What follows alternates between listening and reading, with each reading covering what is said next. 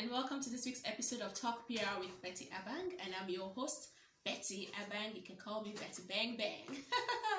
Yes, so on today's episode of Talk PR with Betty Abang, we're going to be talking about how, as an artist, so whether you're an actor, an actress, a musician, a rapper, whatever, how you can use PR to your advantage.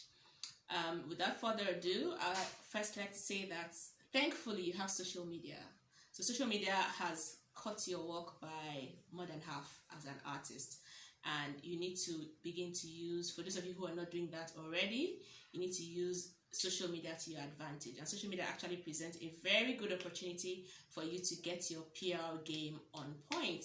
Yes, I'm going to share with you some tips, tricks that you can use to actually drive the right visibility for yourself as a brand, as an artist, so that you get the right opportunities.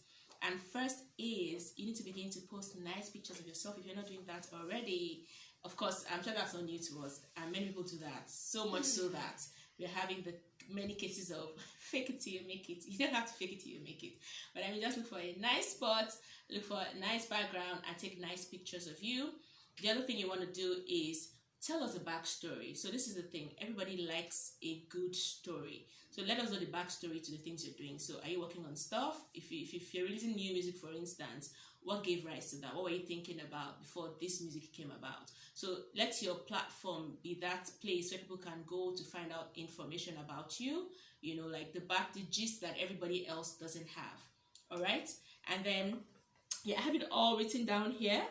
Then also, think of your life as a reality TV show. The truth of it is, you don't have to wait for a TV station or a radio station to profile you. You can actually do it. I mean, there's YouTube, there's Instagram, and there's Snapchat. You can do whatever you want with it.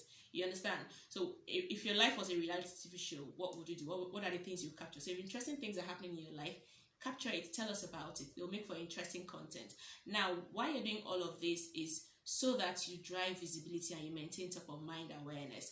I know that for some people, they say, oh, you have to do something outlandish just so that people talk about you. It doesn't always have to be negative, because remember that part of your opportunities that you're looking for are perhaps endorsements by brands. And as a PR pro, I can tell you for free that we do all of the analysis before we decide on which celebrity or which influencer to partner with. So in the long run, you just might be hurting yourself if you're riding on negative news. Yes. And then the next thing you want to do as an artist is have your key messages. Yes, so as much as you plan, it's pretty much like you have a content calendar. Don't just freestyle. You understand? So think about the year, or think about the entire quarter, think about the entire month. Note important days. What can you do? So for instance, today is International Youth Day. If you have thought about it before now, you probably have planned your content or activity around those important days. So October 1st will happen sometime during the year. Do you have content planned around that, right? So you see a lot of nice things happening, and you think these people just do it on the fly. Half the time it is pre-planned. And then the same thing with your key messages. Now, before you have any TV appearance, now I'll get to that with TV appearance and all of that. But before you even do that, you must have your key message. Why? Because it helps you to stand out and it helps you to stay consistent. So for instance, what are you about? What's your mission? What's your vision?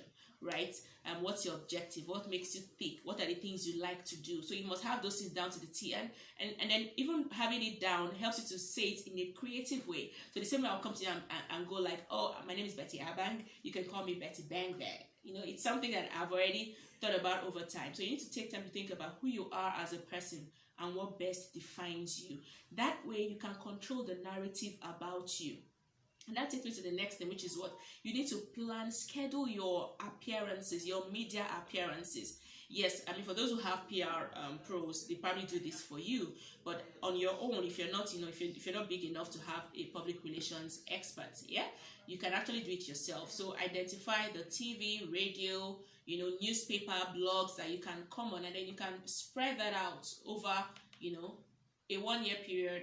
A 1 year period is fine, or a 6 month period, right? Or this is where I'm going to be, this is what I want to do. And the good thing is, you need to find shows or programs, that align with the things that you do, because half the time those guys are looking for content. You'll be surprised. Once you pitch something really interesting to them, they will buy it, And then a lot of times, especially if you're doing really well or you have a very unique flavor in terms of your talent, People always look forward to interviewing you and having conversations with you.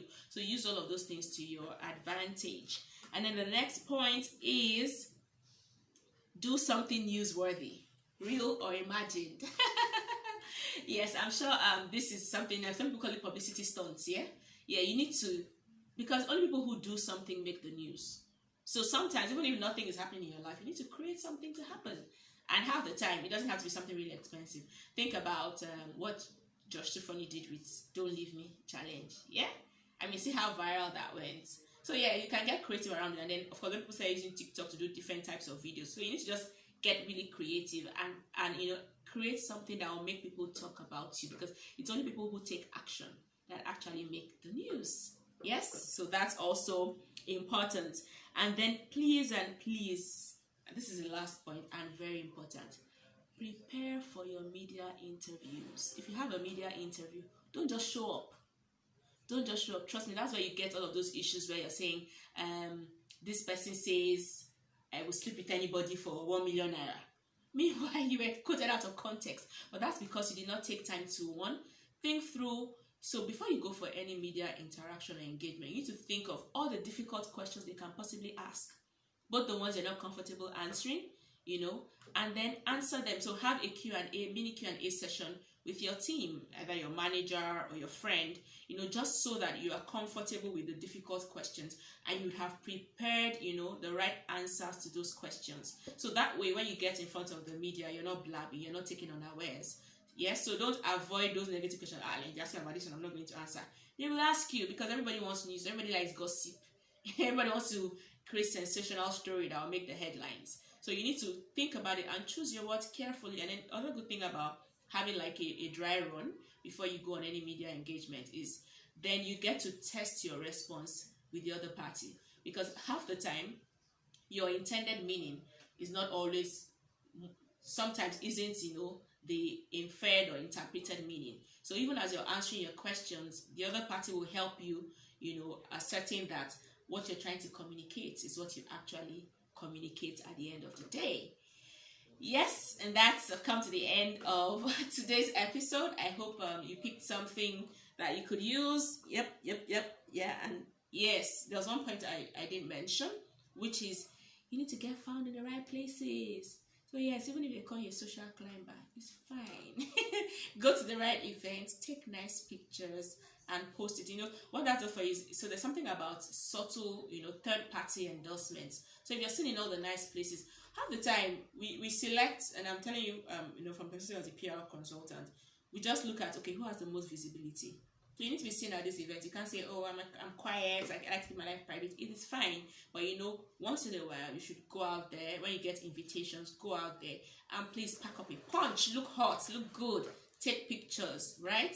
Because that's the way you stand out.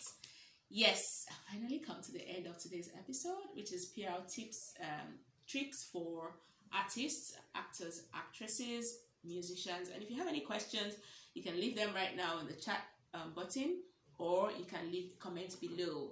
Until I come your way again next week, Thursday, I remain Betty Abang, your host, and it's Talk PR with Betty Abang.